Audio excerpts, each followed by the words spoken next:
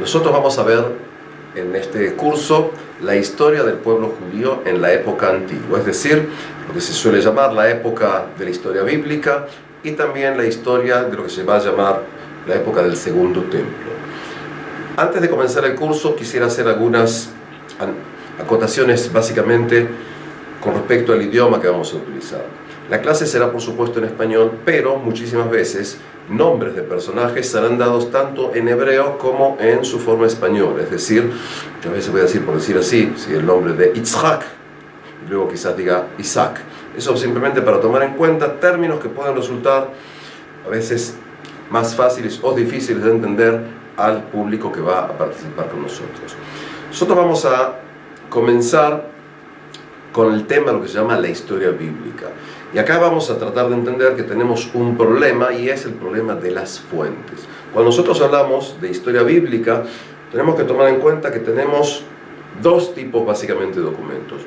El documento bíblico, el texto bíblico, y diversos tipos de documentación extrabíblica, que pueden ser resultados de excavaciones arqueológicas, pueden ser documentos que se han encontrado escritos en diversos lugares, lo que se va a llamar textos epigráficos, textos que lo podemos descifrar a través de la epigrafía o la paleografía. Hago esta aclaración por lo siguiente. Cuando nosotros hablamos del texto bíblico, es decir, lo que nosotros en hebreo podemos llamar el Tanaj, es decir, viene una pregunta y es si estamos hablando de un texto que es un texto de origen divino o un texto creado, escrito por seres humanos, es decir, igual que tú y yo. En otras palabras, entramos acá a una pregunta básica y es ¿en qué medida tenemos fidelidad cuando nosotros nos relacionamos con dicho texto? Por ejemplo, ¿existió un señor llamado Abraham? ¿Existió alguien llamado Abraham, Isaac y Jacob? ¿O han sido creación posterior de los que decidieron escribir o editar el texto bíblico? El punto este es un punto muy pero muy importante que por supuesto lleva aquí a la discusión entre círculos religiosos y círculos, digamos, no religiosos.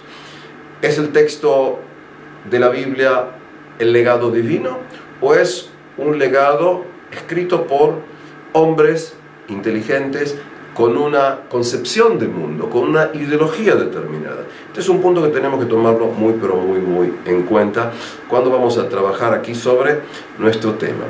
Entonces, vamos a tomar en cuenta también otro tipo de cuestiones en épocas posteriores, la numismática, es decir, en qué medida monedas que se han podido encontrar son testimonio de algo que nosotros estamos usando, en qué medida nosotros podemos confrontar textos diversos, es decir, si alguien escribe que ganó en una guerra y el otro lado también dice que ganó en una guerra. En otras palabras, tienes dos textos que son textos distintos, cuando cada uno, por ejemplo, se adjudica la victoria. Estos son puntos que tenemos que tomarlos en cuenta por lo siguiente. En mi concepción, fueron hombres los que escribieron el texto.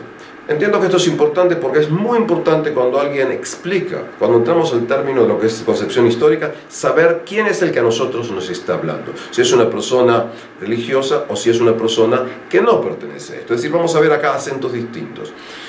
Y acá quizás una referencia a la palabra historia. La palabra historia es una palabra de origen griego que quiere decir investigación. Lo repito otra vez, aunque les parezca raro. Historia quiere decir investigación, saliendo del verbo griego historen. Historen quiere decir investigar. Si hubo un señor llamado Heródoto, en el siglo V antes de Cristo, este señor decidió investigar, es decir, decidió historen, las razones de las guerras entre los persas y los griegos. Y aquí que tomando la palabra esta, que quería decir investigación, pasó a tener el significado de lo que nosotros conocemos hoy en día, es decir, relatos, narraciones, el intento de entender el pasado, lo que en hebreo se va a llamar la palabra toldot, es decir, que sería la historia de las generaciones. Es decir, lo que quiero que tratamos de hacer es tratar de investigar el pasado judío en función de las fuentes que nosotros tenemos.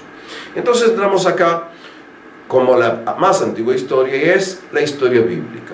A nivel de investigación, consideramos que los textos bíblicos fueron escritos más o menos entre el siglo X antes de Cristo y el siglo IV antes de Cristo. Es decir, en un periodo de aproximadamente 600 años, los textos fueron escritos, fueron elaborados, fueron editados, se agregaron partes y se sacaron partes en función de la concepción de los autores. Es decir, autores eran gente que tenía una concepción y la quisieron llevar a la palabra escrita. En otras palabras, estamos hablando de tradiciones orales que en determinado momento fueron puestas por escrito. Un punto interesante es lo siguiente, y es, si salimos del supuesto que las tradiciones estas fueron escritas aproximadamente entre el siglo X al siglo IV antes de Cristo, y luego vamos a hablar en el curso del proceso de canonización, es decir, cuando estos textos pasaron a tener un carácter de santidad.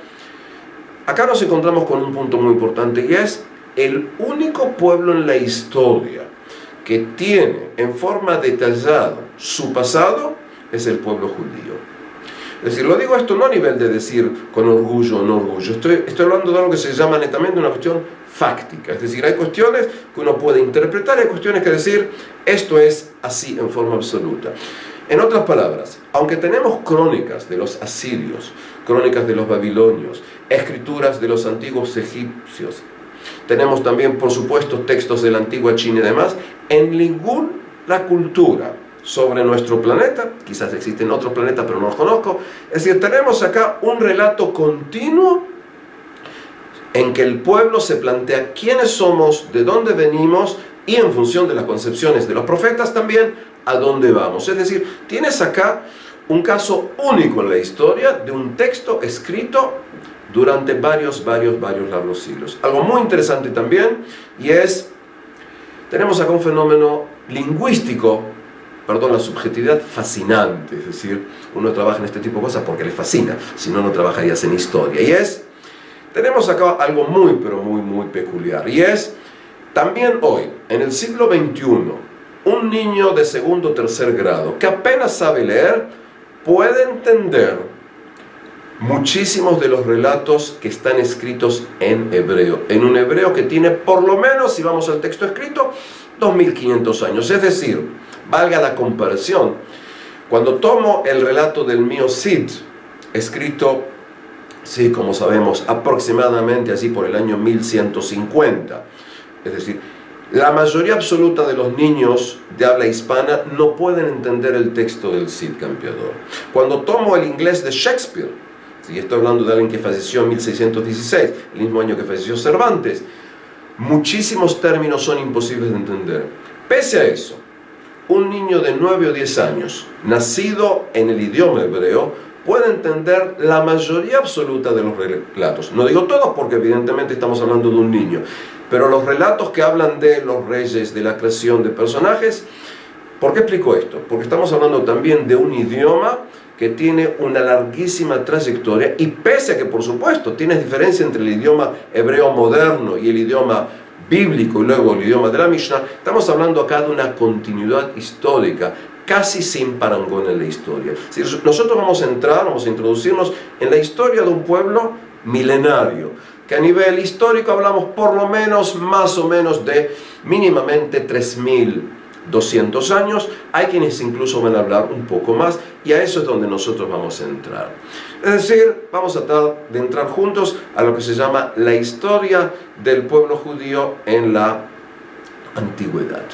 Entonces vamos a empezar primeramente con los primeros relatos. Es decir, cuando nosotros hablamos de historia judía, desde la concepción judía tradicional, ¿sí?, todos los judíos y otros pueblos más tienen varios padres en común. Empezaríamos con Abraham, luego Isaac, y básicamente el padre común de todo el pueblo de Israel va a ser Jacobo, también llamado Israel. Explico esto porque desde la concepción bíblica hablamos acá de un padre común que va a ser Abraham a diversos pueblos, y de eso quizás, si vamos a tener tiempo, vamos a hablar a continuación.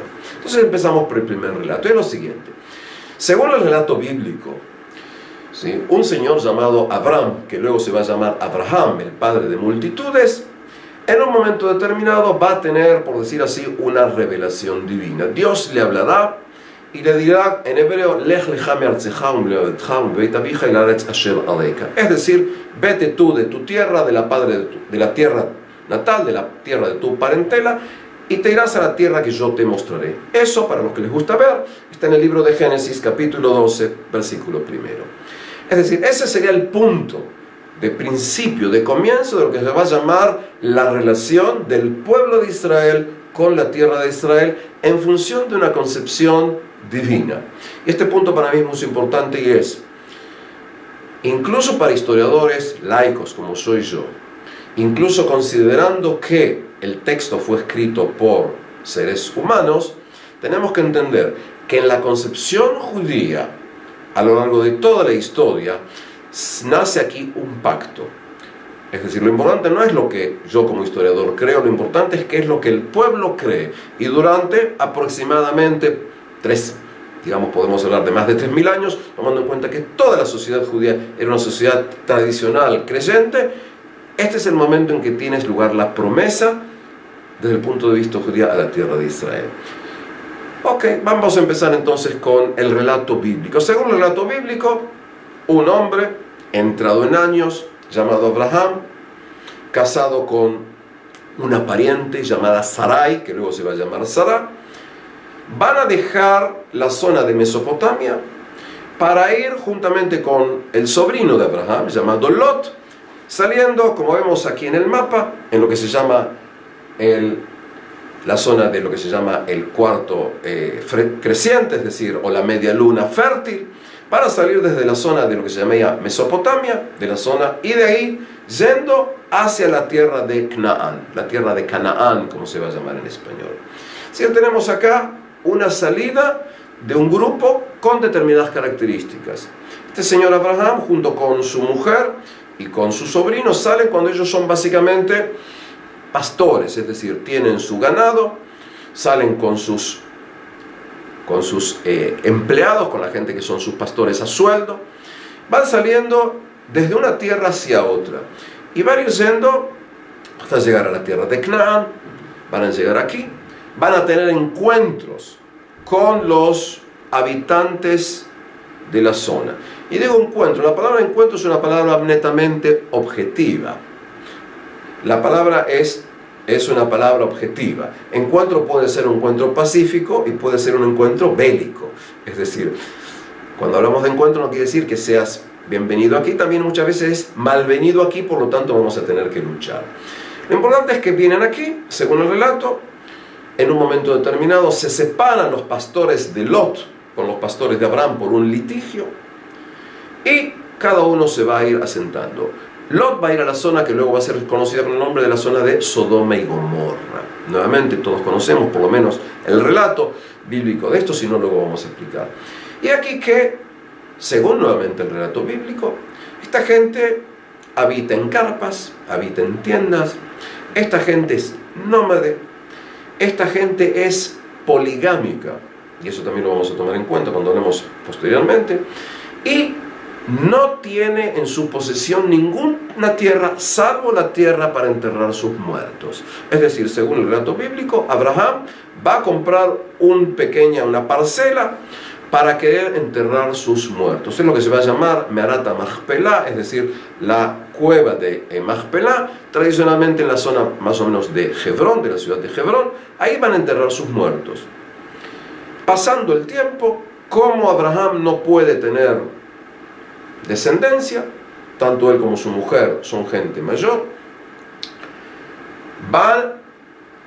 Sarai va a entregar su esclava, su sierva llamada Hagar, para que Abraham tenga descendencia. Y aquí que va a tomar a Hagar y con ella va a tener su primer hijo llamado Ismael. Es decir, y Dios escuchó mi ruego, si tomo etimológicamente el nombre Ismael.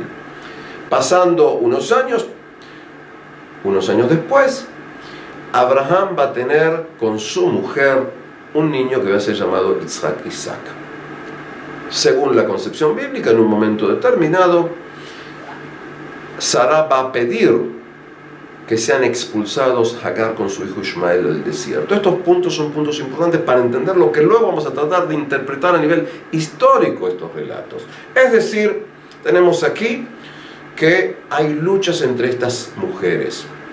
Pasa el tiempo, Sarai va a fallecer y Abraham va a tomar una tercera mujer llamada Keturah. Estoy hablando ahora en conceptos del relato bíblico, sin entrar a si mi idea es cierta o no es cierta, estoy tomando el relato. Pasa el tiempo y he aquí que Abraham va a mandar a su mayordomo, tipo esclavo, llamado Eliezer, que quiere decir, y Dios me ayudó, lo va a mandar a Mesopotamia para buscar una mujer para su hijo Yitzhak. En otras palabras, estamos acá hablando de que Yitzhak va a ser casado con Rivka o Rebeca, que nuevamente son primos del mismo origen. Tomemos en cuenta esto, es decir, no se casa con una cananea, se casa con alguien que pertenece, por decir así, al mismo clan, a la misma familia. Y aquí que entonces le traen la mujer y Rivka o Rebeca va a casarse con Yitzhak y van a tener dos hijos, mellizos. Uno será llamado Esaú o Esav en hebreo, que luego se va a llamar también Edom, Edomita o el rojo, luego vamos a hablar, y el otro hijo llamado Jacobo, que también se va a llamar Israel. Estos dos hermanos no se van a llevar bien y en un momento determinado, según el relato, cuando Esaú regresa a su casa, a la carpa, y tiene mucha hambre, siente olor, ¿sí?, a un plato de lentejas, y yo como persona que me encanta comer, entiendo esto, tienes hambre, tienes que comer. Entonces Jacobo, Israel, le dice, te doy un plato de lentejas a cargo de la primogenitura. Acá puedo hacer un paréntesis, siempre he pensado desde que era niño, ¿sí?, si hubieran sido buenos hermanos directamente, te hubieras dado de comer gratis. Pero es parte del relato, esto para que a veces pensemos qué implican este tipo de relatos. Sea como sea, hay acá la venta de la primogenitura. Recuerden esto cuando hablemos en el futuro de la concepción cristiana con respecto a los judíos y que implica la venta y la compra de la primogenitura. Pero esto será visto mucho más adelante. Se vende la primogenitura, pasa el tiempo y aquí que Isaac, ya siendo un individuo anciano, un individuo ciego, quiere bendecir a sus hijos. Pero aquí que acá hay una conspiración, hay un conflicto. Rivka prefiere a su hijo menor. Y aquí que en un ardid problemático, pero evidentemente que da mucho de comer, por decir así, los psicoanalistas, ¿sí?, es decir, Rebeca prefiere a su hijo menor y entre los dos deciden engañar al anciano padre, al anciano esposo que está además ciego. Entonces se pone una piel y viene aquí a recibir la bendición. En otras palabras, por un ardid, luego de haber comprado la primogenitura, Jacobo recibe la bendición del hermano mayor y se retira. Luego regresa el hermano mayor, Esaú, y tanto Isaac como Esaú se dan cuenta que él ya ha dado la bendición. Y entre otras cosas le va a decir, recuerden esta frase, y enseñoreará el hermano menor sobre el hermano mayor. Es decir, ahora que la primogenitura fue dada al hermano menor, será el hermano menor el que estará arriba del hermano mayor. Entendiendo la gravedad de esto, porque esto implica el poder, derecho a tierras, herencia. Según el relato, Esav quizás quiere matar a su hermano, digo quizás porque es una cuestión también de interpretación, y aquí que este joven Jacob se escapa y va a Mesopotamia. Y en Mesopotamia se va a encontrar con el tío Labán, el tío que es el hermano de Rebeca. Se va a casar. Ahora fíjense lo siguiente, Labán es el masculino de la palabra Levaná, y Levaná quiere decir en hebreo también luna. Y el padre de Abraham se llama Terach, que también está relacionado con la palabra luna. Explico esto para entender que los conceptos, los nombres tienen raíces también de un culto relacionado con los astros. Esto entre paréntesis, como diríamos. Si tuvieran que rendir examen les diría, lo que pongo entre paréntesis no vale examen. Pero simplemente que tomamos en cuenta esto. Y es, este joven está ahí, el tío Labán le da trabajo. Acá también hay un love story, es decir, según el relato, Jacobo se enamora de Rachel, y Rachel quiere decir oveja, es decir, tiene también significado. Rachel alguien que es blando, suave. Rachel, que es la menor, se enamora de él, pero para casarse con ella, el tío Labán le propone que tiene que trabajar 7 años. Y aquí que trabaja, y después de trabajar, no 20 años, sino 7 años, tiene que venir el casamiento. Pero aquí que Labán, el tío, en vez de hacerla casar con Rachel, como todo se hace en la oscuridad, pone a Lea. ¿Y quién es Lea? Lea es la que tiene Einaim Leot, ojos cansados. Eso es lo que quiere decir el nombre, Lea. Y aquí que, en vez de acostarse, de tener relación con Rachel, va a tener relación con la hermana mayor, con Lea. De esto se da cuenta Jacob a la mañana. En otras palabras, lo engañaron. Pero según la tradición debía casarse, según este relato, primeramente debía casarse la hermana mayor, no la menor. Y entonces, nuevamente trabaja 7 años para poder tener Rachel. En otras palabras, primero se casa con Lea, luego se casa después de 7 años con Rachel, y además de casarse con Rachel y con Lea, como Rachel no podía tener hijos, le va a dar una esclava, una sierva con la que va a tener 2 hijos.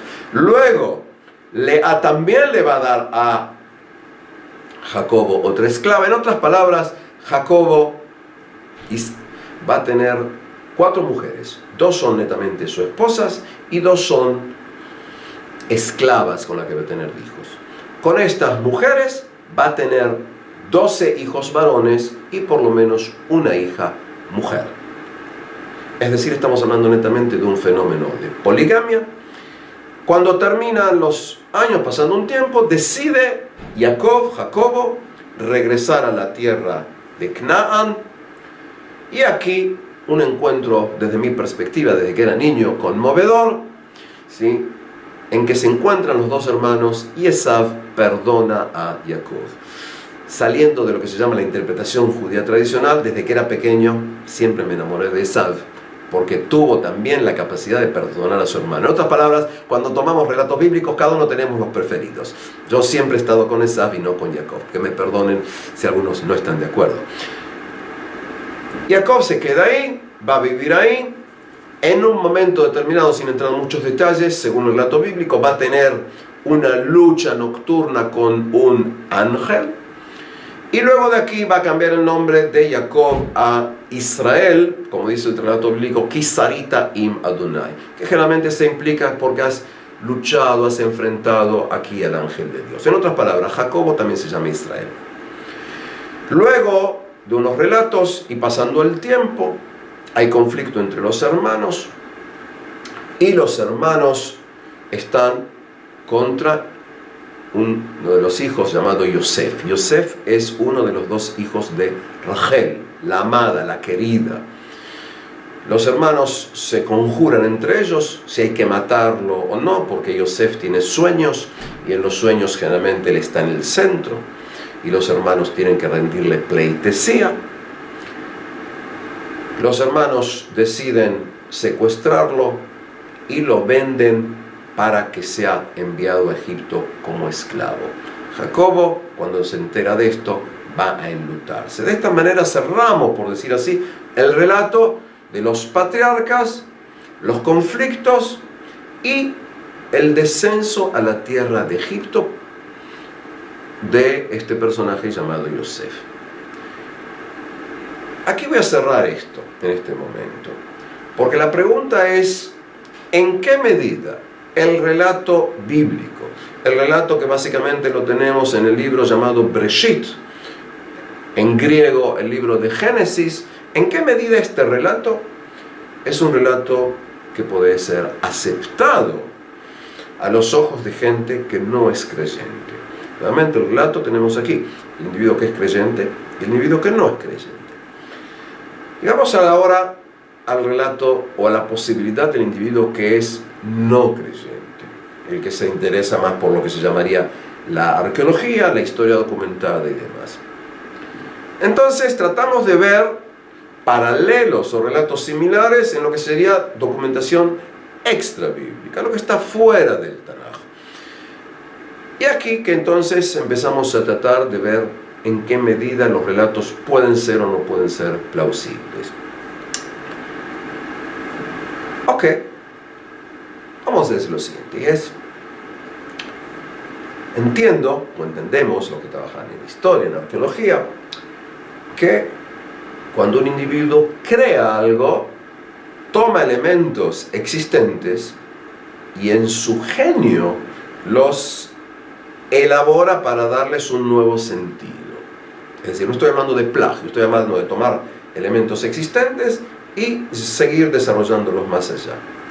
Por ejemplo, el relato de la creación lo tenemos de diversas maneras en otras culturas. Pero lo interesante, por ejemplo, es el relato del diluvio. Ustedes saben, yo no he entrado a eso, según la concepción bíblica, si luego que pasaron varias generaciones, habiendo un señor llamado Noah, o en español Noé, viene aquí el diluvio bíblico. Ahora, lo interesante es que nosotros conocemos relatos de diluvios del tercer milenio antes de Cristo, es decir, más o menos del año 2300, 2200 antes de Cristo. Hay relatos sumerios. Y el relato de los sumerios está relacionado con lo que se llama la epopeya de Gilgamesh. Gilgamesh es un personaje mítico, digamos así. Y según el relato de Gilgamesh, que dicho sea de paso, uno de los relatos de Gilgamesh en acadio está aquí en Jerusalén, en lo que se llama Museo en Israel. Es decir, simplemente los que quieran visitar tienen lo que ver también.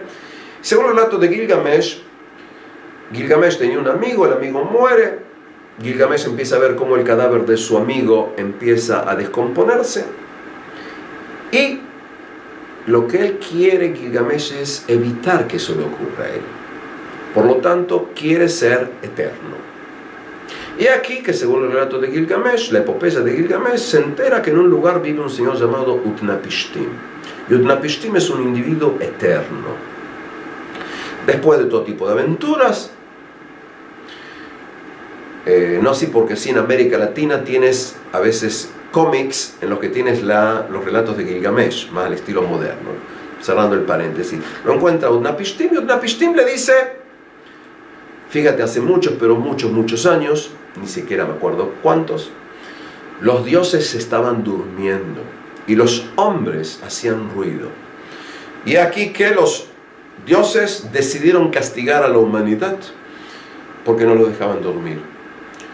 Pero vieron que yo era una persona que no molestaba, entonces me informaron de que iba a haber un diluvio, me dijeron que construyera un arca, me dijeron que introdujera ahí animales, y aquí que fue lo que hice. Durante mucho tiempo luego empezó a llover, el mundo se inundó, yo quedé vivo y me dieron como regalo, entre otras cosas, la eternidad. Luego le explica de qué manera quizás Gilgamesh puede encontrar una forma de ser inmortal. Eso no es el caso en este momento. Lo importante es lo siguiente. El relato que tenemos en el libro de Génesis tiene mucha similitud con esto. Es decir, hay un diluvio, la gente muere, introduce en su arca Noé animales, pero hay varias diferencias básicas, y eso es lo que quiero que empecemos a ver. Y es, en el relato bíblico, no es escogido por ser un hombre recto, un hombre justo. En este relato, el diluvio es por la maldad de los hombres, y no porque molestan a un Dios, estamos hablando de una concepción monoteísta, a poder dormir. Y luego del diluvio en que desaparece la población, según el relato bíblico, hay un pacto. Y aquí que en el pacto Dios le dice a Noé, que no volverá a haber otro diluvio.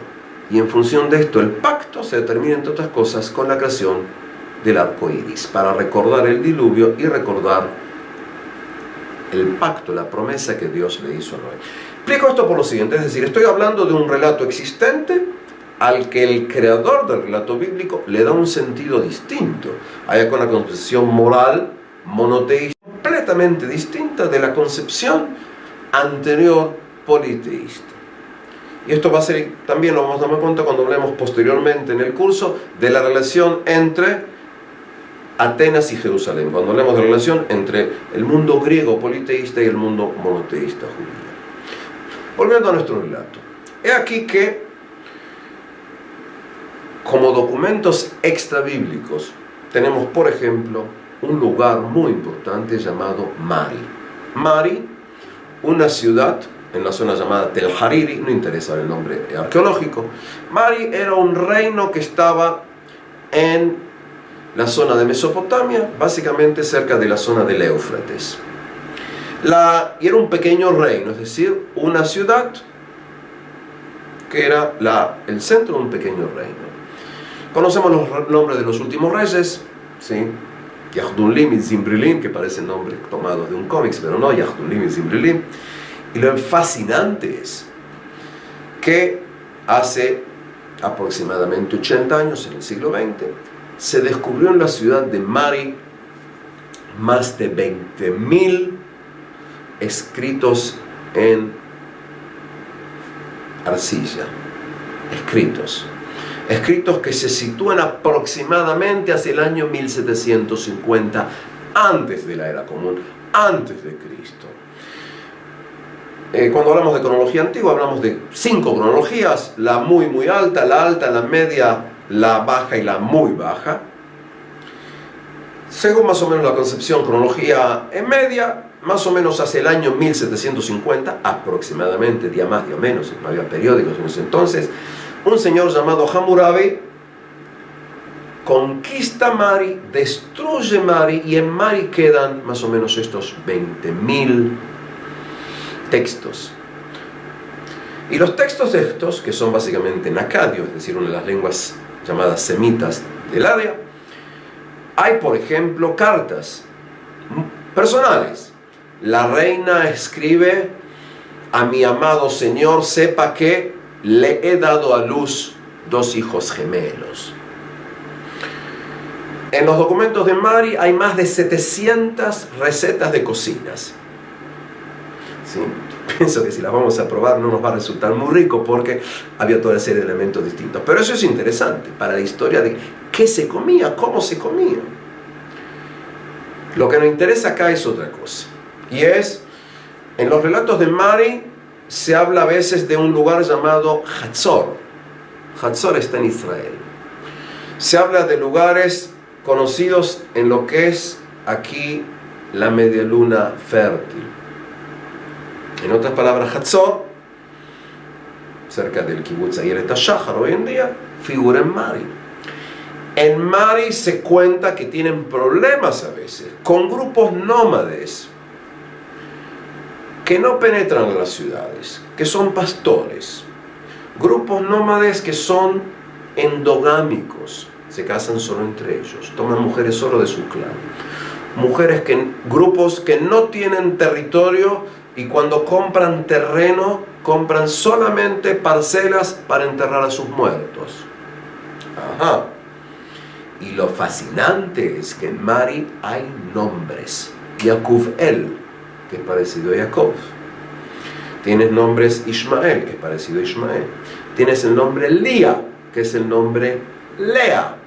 Tienes el nombre Binyaminu, que es similar a Binyamin, Benjamín. En otras palabras, el contexto de Mari es más o menos el contexto del relato de los patriarcas. Porque las tribus que cuentan son tribus que van desde Mesopotamia hasta cerca del Mediterráneo. En otras palabras, están haciendo un itinerario similar al itinerario que tenemos de Abraham, Isaac y Jacob. Van y vuelven. Pero eso no es todo. Siguiendo con documentos, tenemos otros lugares. Un lugar llamado Nuzi. Nuzi hay documentos más o menos del siglo XIV antes de Cristo. Y en Nuzi, por ejemplo, hay relatos en los que, primeramente, se puede comprar o vender la primogenitura. Segundo, mujeres que no pueden dar a luz tienen como costumbre entregar a su esposo, a su dueño, a su amo, recuerden, estamos hablando de concepciones patriarcales, una de sus esclavas para dar a luz. Y la costumbre muchas veces es que cuando la esclava o la sierva va a dar a luz, se acuesta o se sienta sobre las rodillas de su dueña. En otras palabras, la dueña se sienta, la esclava se acuesta sobre las rodillas para de esta manera, en forma simbólica, es la mujer del esposo, por decir así, como si fuera, en comillas, un tipo madre de este niño que dio la esclava. En Nunzi también tenemos documentación en que si el hombre no tiene descendientes, será el mayordomo el que lo heredará. Y esta fue en su momento la casi situación que se dio en la relación entre Abraham y Eliezer, que era su mayordomo.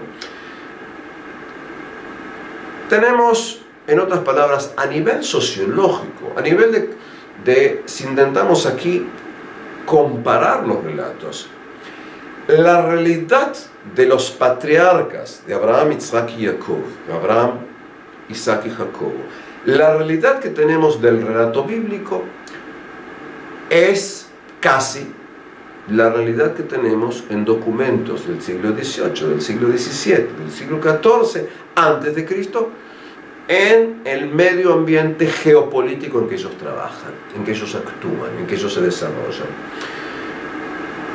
En otras palabras, puede ser que existió un señor llamado Abraham, que era el padre de un clan, y tuvo un hijo, un descendiente, un nieto, un bisnieto llamado Jacob. ¿Sí? En el medio ponemos a Isaac. Explico esto porque si los relatos que tomamos en cuenta se desarrollaron en algún momento en el siglo XVIII, el siglo XV, estamos hablando acá de más o menos 300 años. Y como los relatos se empiezan a exponer por escrito a partir del siglo X antes de Cristo, estamos hablando acá de relatos que se transmiten durante 200, 400, 600, 800 años. Y puede ser, como ocurre a veces en los relatos de sagas, por ejemplo las sagas vikingas, en que a un individuo se le atribuyen los actos, los hechos de 3 o 4 o 5 generaciones. Es decir, porque si yo digo mi tatarabuelo hizo tal cosa, puede ser que mis descendientes digan mi tatarabuelo. Y puede ser que mis descendientes digan mi abuelo. En otras palabras, los relatos de 5, 6, 8 generaciones a veces se reducen al relato oral de 2 generaciones. Evidentemente tenemos problemas. Por ejemplo, los patriarcas andan en camellos. Digo, andan como si estuvieran en automóviles, ¿sí? Es decir, van, utilizan camellos. Y acá tenemos un problema. Desde todo punto de vista, los camellos fueron domesticados no antes del siglo XII, antes de la Era Común. Es decir, más o menos allá por el 1100 antes de Cristo, por primera vez se van a domesticar camellos. En otras palabras, no existen camellos domesticados, son camellos salvajes antes. Podemos discutir en qué medida se determina esto, pero todos los trabajos llevan, es decir, hay que domesticar un animal. Para que entendamos de qué estoy hablando, es decir, a los caballos en un momento se los domesticó. Lo mismo se hizo con camellos, pero jamás se hizo con cebras. ¿Sabe? Si cebras, sí, eso, digamos, los caballos, eso que tienen pijama, por decir así. Es decir, las cebras jamás fueron domesticadas. Algo similar ocurrió en su momento con el caballo antes de ser domesticado, lo mismo ocurría con el camello. Recordemos lo siguiente, el camello macho no puede estar con otro macho, van a luchar a muerte por las hembras. Cuando ustedes ven una caravana de 50 camellos, hay un macho y más o menos 49 hembras. Es decir, es una cuestión muy problemática. Además de eso, hay que tomar en cuenta que el camello de un mordisco te puede sacar un hombro. ¿Sí? Es lo que se llama la comida del lobo, es decir, la garganta del lobo. Y por eso todos los camellos tienen puestos aquí en la boca correas, porque si llega a abrir lo puede matar o inhibir. En otras palabras, hubo un proceso hasta que los camellos fueron domesticados. Entonces tenemos un problema. Ahora es evidente, y es lo siguiente, si alguien escribe un relato, muchas veces tiende a perder la noción del tiempo.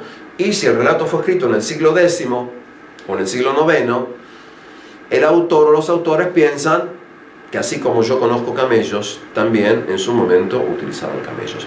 En otras palabras, Estoy acá explicando lo siguiente, y es, tenemos acá el trasfondo del relato bíblico. Grupos nómades que saliendo de Mesopotamia llegan aquí y con el tiempo van a ser lo que se va a llamar tradicionalmente los padres de Israel, los patriarcas de Israel. Los tres padres de Israel, que los que conocen relatos, conocen canciones y demás, con ¿sí? los tres padres y demás. Esto con respecto a este punto, lo que se llama a veces la historia patriarcal, antigua historia patriarcal. Y acá, por supuesto, o existieron o no existieron. Pero desde el punto de vista de la conciencia colectiva judía, y puedo agregar de la conciencia colectiva luego cristiana, porque el mundo cristiano va a tomar los relatos, es decir, estamos hablando acá de un elemento importante. Acá lo que voy a repetir varias veces en el curso, y es, tomando la frase de un importantísimo pensador judío, cuyo seudónimo era Ehad, pienso que lo importante, lo hablaba de Moisés, lo importante no es, y lo escribió sobre Moisés, lo importante no es si Moisés existió o no, lo importante es la presencia de Moisés en la conciencia histórica, su mensaje, el individuo que está en el centro. Y lo traigo aquí porque de los patriarcas vamos a enseguida a encontrarnos con Moisés en el relato. Es decir, si los patriarcas existieron en carne y hueso o no, no lo puedo determinar. Nuevamente decía, quizás hubo individuos y luego van a ser considerados los padres. Recordemos que a nivel histórico los pueblos tienen, hasta donde sabemos, siempre padres comunes. Hispanos es el padre de los hispanos, Helen es el padre de los helenos, Rómulo y Remo están relacionados con el concepto de Roma, Germán es el padre de los germanos, y así sucesivamente. Es decir, Jacob Israel va a ser tradicionalmente el padre de las tribus de Israel. Tomemos en cuenta eso. Y los primeros hijos van a ser Rubén, Shimón, Leví, Yehuda, en ese orden. Los cuatro primeros van a ser hijos de Jacob con su primera mujer llamada ¿sí? Lea. Entonces de aquí, como diríamos, haciendo un tipo corte comercial, cortamos aquí simplemente para entender. Hasta acá más o menos lo que sería la época patriarcal, y vamos a entrar al tema más problemático de lo que vamos a hablar, y es la presencia en Egipto. Es decir, según el relato bíblico, vuelvo a retomar el relato bíblico, ¿sí? José, en mi barrio le hubiera dicho Josecito, es decir, Yosef, que solía tener sueños, va a ser vendido y va a llegar definitivamente a Egipto. En Egipto, este individuo José va a tener toda una serie de aventuras, digamos así, y va a poder incluso resolver interesantísimos sueños del faraón. Sueños en el que, entre otras cosas, tienes vacas gordas, 7 vacas gordas, que luego van a ser comidas por 7 vacas flacas. Él va a interpretar, vamos a tener 7 años buenos, luego van a haber 7 años malos. Esto lleva, entre otras cosas, que reduciendo aquí el relato de José, que pienso que es fascinante a nivel de concepción de mundo. En su momento estuvo en la cárcel, fue seducido por la esposa de un alto individuo en Egipto, etc. Yosef, luego que logra resolver los sueños, va a tener un puesto muy importante dentro de Egipto. Como diríamos, punto y aparte. Paralelamente, en la tierra de Canaán va a haber mucho hambre. Y como va a haber hambre, la gente va a buscar comida. A lo largo de la historia fue el Nilo la bendición de Egipto, y por eso era uno de los llamados durante siglos el granero, es decir, una zona en la que había muchísimas cosechas. Según el relato bíblico, descienden aquí, entre otros, los hermanos de Yosef, vienen aquí, sin entrar a todos los relatos bíblicos, una cuestión también tenemos de tiempo. Finalmente, Yosef viene, revela quién es él, y los hermanos, junto con Jacobo, con el padre, que ya es un individuo entrado en años, van todos a Egipto y van a estar ahí, van a vivir ahí, van a morir ahí. y van pasando los años. En otras palabras, todos los descendientes de Jacobo e Israel van a estar ahora en Egipto. Según el relato bíblico, va a venir un nuevo faraón que, como dice, era un faraón que no conocía a Yosef, un faraón que no sabía de la existencia pasada de Yosef, y va a ver que hay muchos hebreos, sí, va a haber muchos Bnei Israel, hijos de Israel, y por una cuestión de tener temor de que está creciendo mucho esta gente, van a decidir, por decir así, esclavizarlos. Y viene aquí la idea de que van a pasar a ser esclavos. Y según el relato, como mucha gente le van a decir al faraón que cada vez hay más hebreos, decide que hay que empezar a matar a los niños hebreos que van creciendo, naciendo, que van a ir naciendo. Y aquí que hay una pareja. Y la pareja pertenece a la tribu de Leví. Leví es uno de los 12 hijos de varones de Jacob. Pertenece a la tribu de Leví. Y hay un matrimonio que se van a llamar Amram y Yochebed. Fíjense lo interesante. Amram en hebreo quiere decir Amram, pueblo elevado, pueblo que está arriba. Este es el nombre del hombre. Y la mujer se llama Yochebed. Hay discusiones con respecto a la etimología, pero podemos decir que más o menos Yochebed quiere decir honor de Dios, honor divino. Yochebed, dos palabras. Fíjense lo siguiente: Yochebed, honor de Dios, y Amram, y el pueblo que está arriba, van a tener niños. Van a tener uno llamado Aarón, van a tener una niña llamada Miriam, y aquí que van a tener un niño.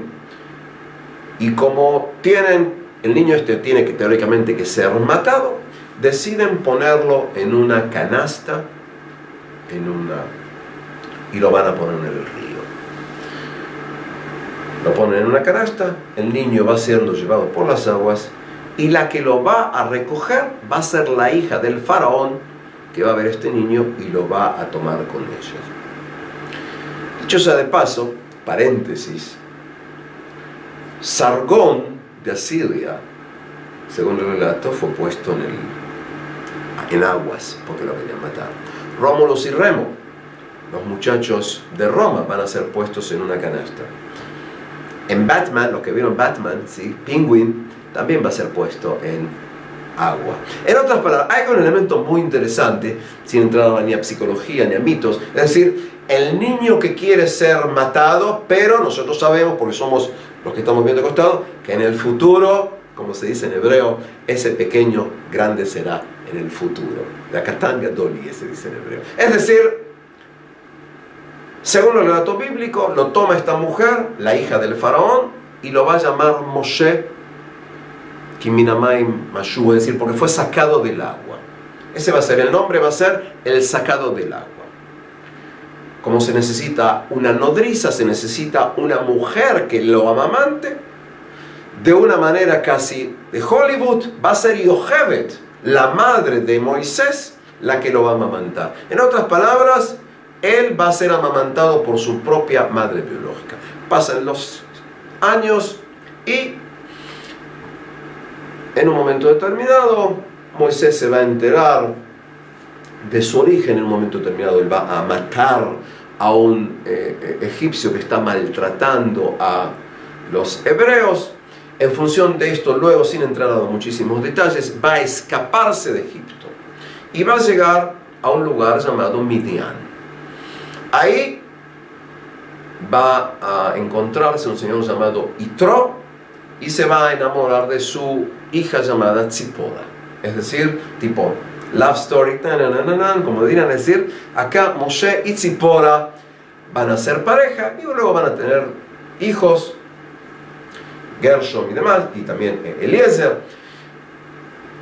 Sea como sea, en un momento determinado, Moisés va a estar en el lugar, según el relato bíblico, y va a haber una zarza, como dirían bien dicho, una zarza ardiente que se quema pero no se consume. Escucha la palabra de Dios y Dios le dice, entre otras cosas, sácate el calzado porque el lugar en que tú estás santo es. Moisés no sabe lo que hacer, y Dios le dice: tu misión será ir ahora a Egipto y sacar de ahí a tu pueblo que está en esclavitud. Moisés, entre otras cosas, dice que no sabe hablar. En hebreo el texto dice que le resultaba difícil hablar. Esto llevó a una midrash, lo que se llama a exégesis judía, explicación judía, que hay un relato en que en su momento, ¿sí?, tuvo que escoger algo, se puso carbón en la boca, se quemó, quedó tartamudo, como dirían. Pero esto es un relato que explica qué quiere decir kvat pe, qué quiere decir que le resultaba difícil hablar. Sea como sea, regresa Moisés, se encuentra con su hermano Aarón. Aarón será el portavoz de él, se encuentra con su hermana Miriam. Recordamos el nombre Miriam cuando hablemos varias clases más adelante, tenemos por qué. En síntesis, viene, se encuentra con el faraón. El faraón era el faraón en el que se había criado, porque se había criado en esa casa, y eso lo ven en películas, luego en todo tipo de interpretaciones posteriores. Hay acá un choque entre Moisés, que tiene la ayuda divina, hay choques entre él y los magos o los sacerdotes de la corte egipcia. La famosa frase en hebreo, shlachet ami, es decir, deja a mi pueblo salir, que a veces se utiliza la expresión en inglés, let my people go, deja a mi pueblo salir. Según esto, el faraón se opone, y es aquí que vienen las llamadas 10 plagas. En función de las 10 plagas, ¿sí?, es decir, empiezan a haber ranas, y las aguas se convierten en sangre, y hay oscuridad, y cae granizo, sarna, y la última es la muerte de todos los primogénitos. El faraón permite que la gente salga, la gente sale, y aquí que tiene lugar también, además de las 10 plagas, que ya de por sí son milagros, tiene otro milagro importante, y es el milagro en que se abren las aguas de lo que se llama en hebreo Yam Suf. Adrede de uso la expresión Yam Suf, porque ese mar llamado Suf, que sería algo así, si lo traducimos literalmente, sería el mar de los juncales, juncos, ¿sí? Es decir, el pueblo de Israel pasa. Luego viene Faraón, que se arrepintió, vienen corriendo, las aguas se cierran, y aquí que, según el relato, los egipcios con sus carros, con sus soldados, etc., se ahogan, y los judíos, no los judíos, porque el término judío no se utiliza, se va a utilizar o los hebreos o los hijos de Israel, el término judío es posterior, se va a utilizar básicamente, es decir, los hebreos o los hijos de Israel, los israelitas, digamos así, pasan y van a entrar en el desierto.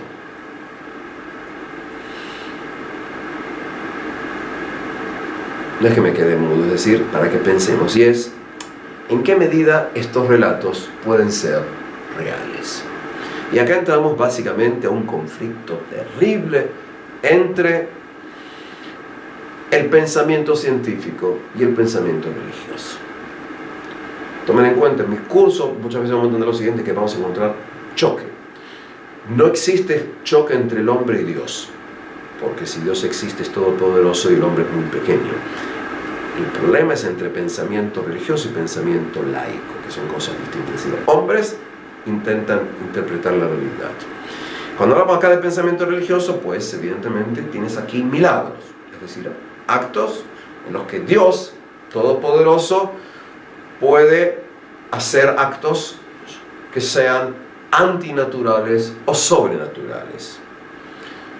Y acá entramos un problema, y es qué ocurre con el individuo que está viendo, escuchando, no tiene otra cosa que hacer, entonces en este momento, y es qué ocurre el individuo que tiene sus preguntas con respecto a esto. Desde el punto de vista material, desde el punto de vista de la documentación,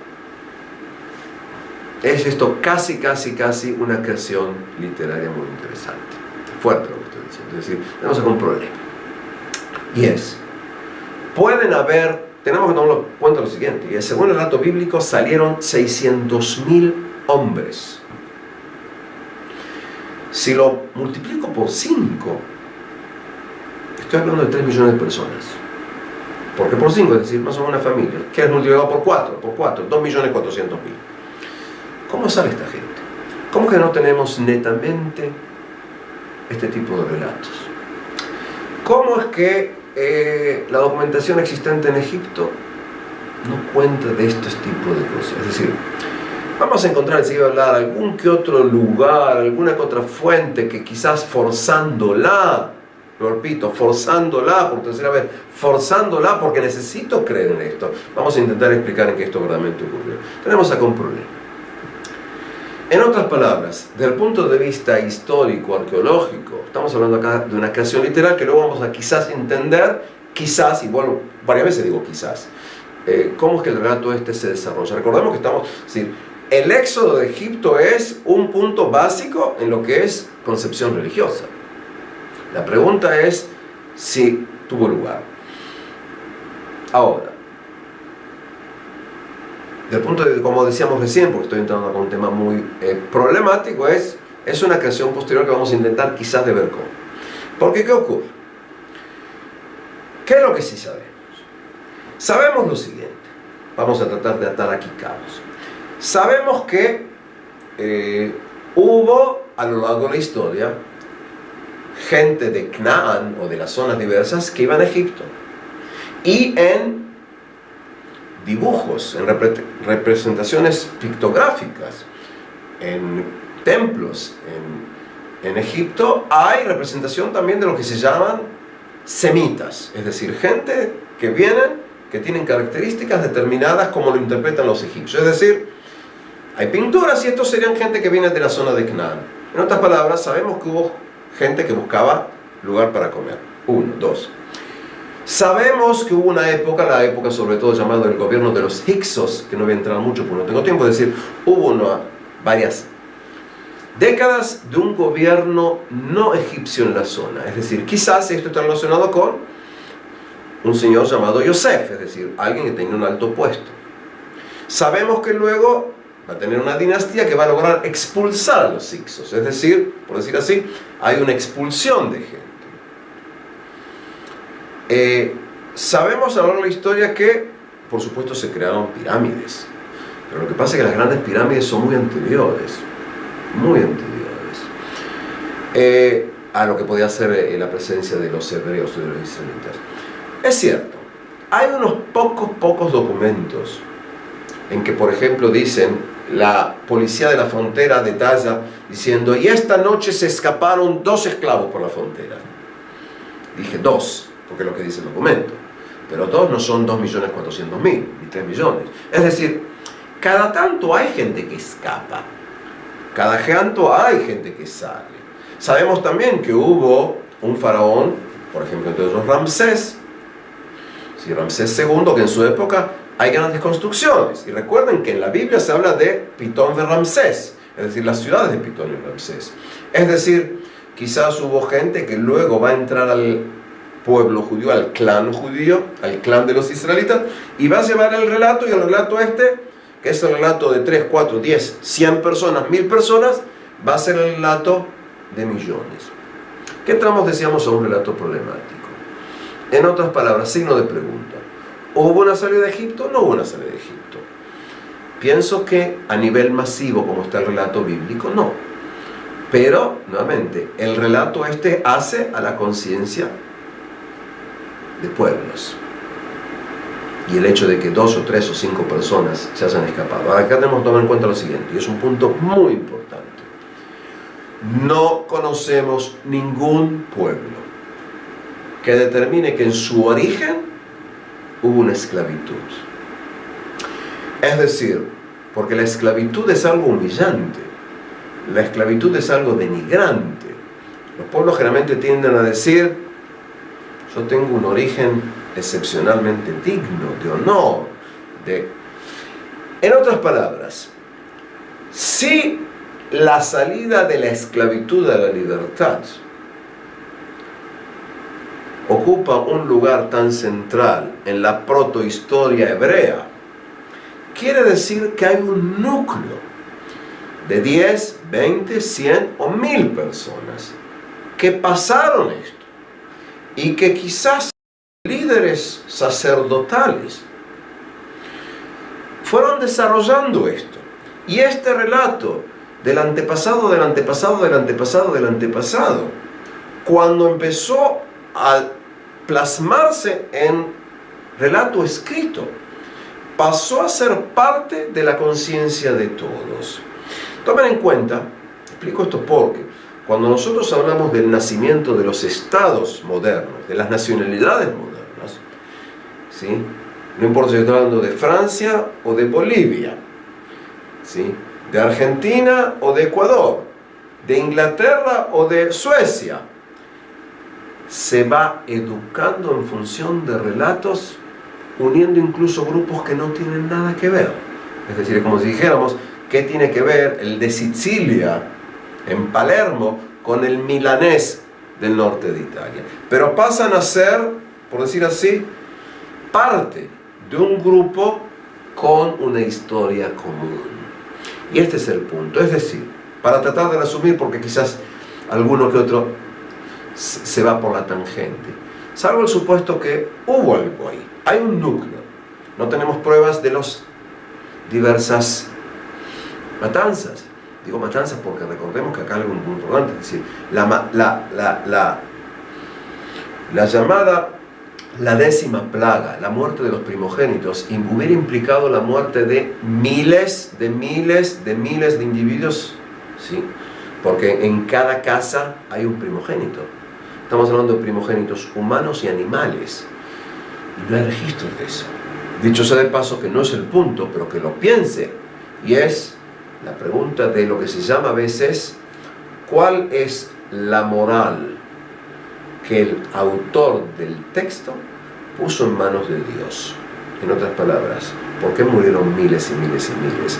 Y otra pregunta, los que conocen el texto saben que según el relato bíblico, Dios endureció el corazón del faraón para que él nos los dejara salir al principio. En otras palabras, ¿en qué medida hay un juego de Dios con el hombre? Y eso nos va a llevar a preguntas que vamos a formularlos en la época del Segundo Templo, cuando hablemos de el Dios y hombre en la historia, es decir, predestinación, libre albedrío. ¿Dónde estamos esto? Es decir, el pueblo de Israel sale y entra al desierto. Y en el desierto, en un lugar llamado el monte Sinaí, Har Sinai, ¿sí? En la zona de Sinaí, en la zona una zona que desde entonces hay todo tipo de teorías donde pudo haber sido el relato, ¿sí? Moisés va a subir a la montaña para recibir lo que se va a llamar Lujot Abrit, las tablas de la ley. Acá hay un problema, ¿sí? El pueblo de Israel está abajo, se desespera, va a empezar a hacer lo que se llaman los becerros de oro. Moisés desciende, ve lo que ocurre, rompe las tablas de la ley y va a tener que subir otra vez. Sea como sea, y haciendo breve el relato, el pueblo de Israel va a estar condenado a 40 años de estar dando vueltas, ¿sí?, en el desierto, hasta que desaparezca la generación con mente de esclavos que salió de Egipto. Hay acá un proceso de, digamos así, de purificación de la gente que va a tener que ser. Y andamos a toda una serie de relatos, como viven 2,5 millones, 3 millones de personas en el desierto, dónde están los huesos. Tuvo lugar 40 años de estar dando vueltas en esta zona que se llama el desierto de Sinaí. El mundo místico judío, el mundo de la Kabbalah, da respuestas a esto. No vamos a entrar a eso aquí. ¿De qué se alimenta? Que es el famoso maná que cae del cielo. Lo importante es que algo ocurrió y acaban a ser la idea del pacto. La idea del pacto entre el pueblo de Israel y el Dios de Israel.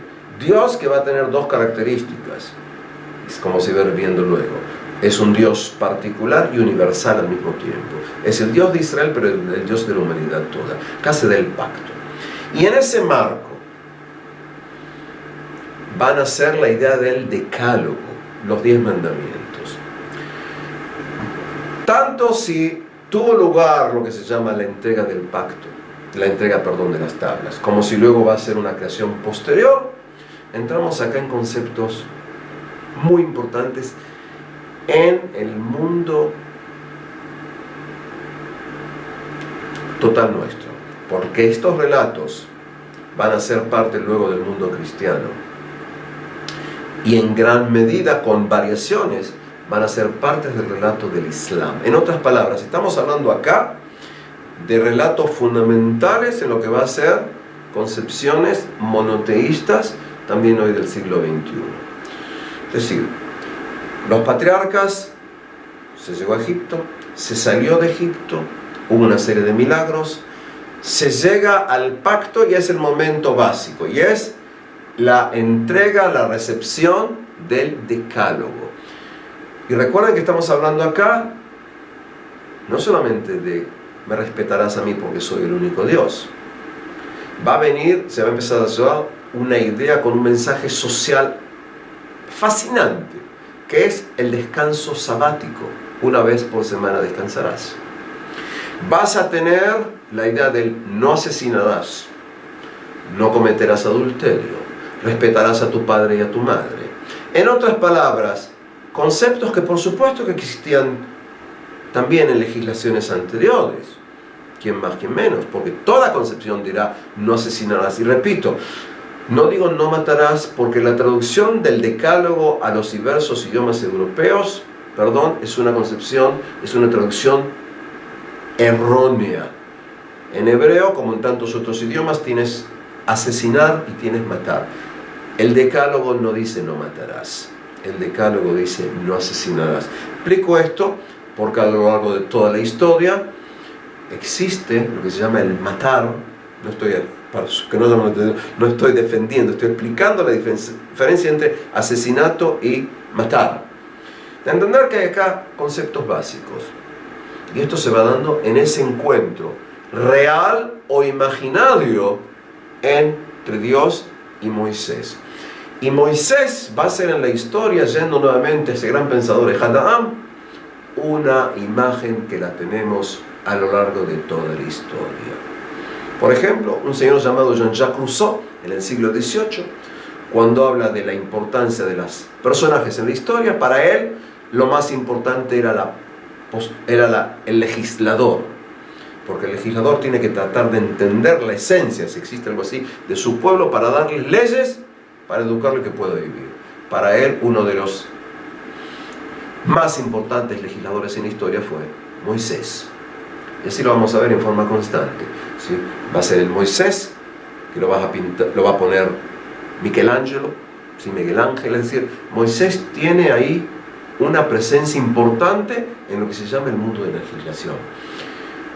Moisés será, por decir así,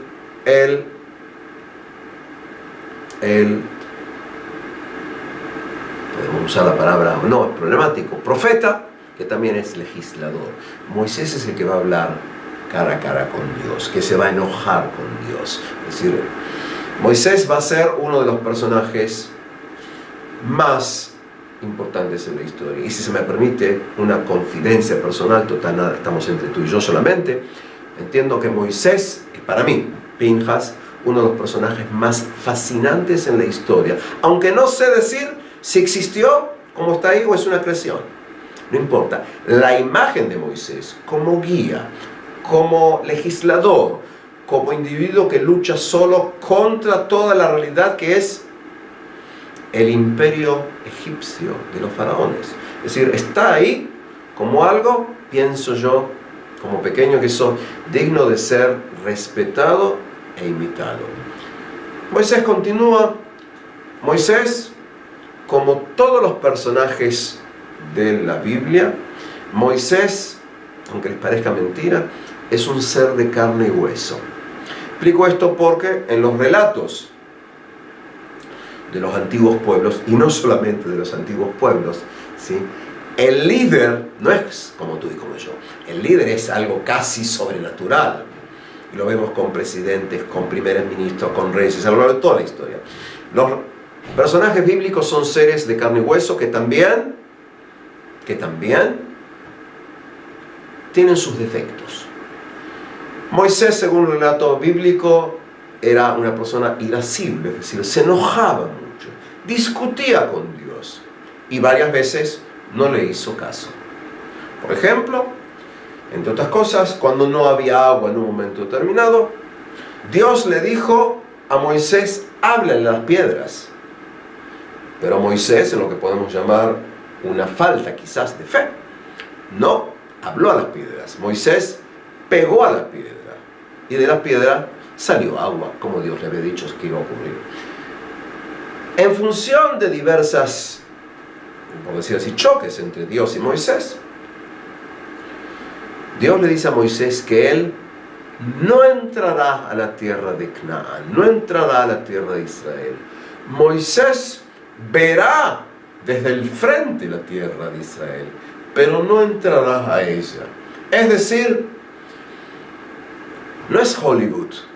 Es un relato en que el héroe, que también tiene sus defectos, no verá, sí verá, pero no podrá llevar a cabo el asentamiento, la conquista de la tierra de Israel.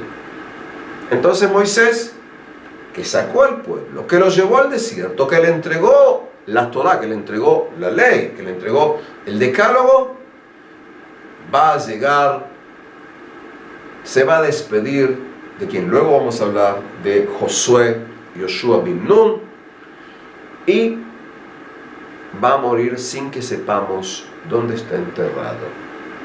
Recuerden este punto que sería importante cuando lleguemos a los siglos XX, siglo XXI. Nadie sabe dónde está enterrado Moisés. Y la exégesis judía a lo largo de toda la historia, es decir, los grandes exégetas, los grandes interpretadores de la ley a lo largo de la historia, entre otras cosas decían: ¿por qué no se sabe dónde está enterrado Moshe Rabbeinu? Moshe, nuestro gran rabino, nuestro gran sabio, para evitar que su lugar se convierta en lugar de culto e idolatría. Vuelvo a repetir, para evitar que donde él está enterrado sea un lugar en que la gente venga a pedir, a rezar, a acostarse en su tumba para pedir la intervención divina. Explico esto por fenómenos judíos de los últimos siglos, de las últimas décadas, y es cuando, por determinados procesos internos judíos y también con influencias de todo tipo de corrientes, los judíos han convertido en diversos lugares en tumbas, con comillas o sin comillas, santas, a las que se puede hacer peregrinación. Es decir, hay cambios en la concepción judía en los últimos tiempos, como podemos ver. Y aquí que, terminando con la cuestión de por qué no se sabe dónde Moisés, cerramos esta clase con lo que se llama a veces la protohistoria del pueblo de Israel, la antigua historia de Israel. El capítulo que en gran medida es casi enigmático en la historia de Israel. A partir de la próxima clase, desde casi todas las concepciones, cuando hablemos de la conquista y asentamiento, podemos entrar en las épocas en que se puede decir que verdaderamente comienza la documentada historia del pueblo de Israel. Gracias.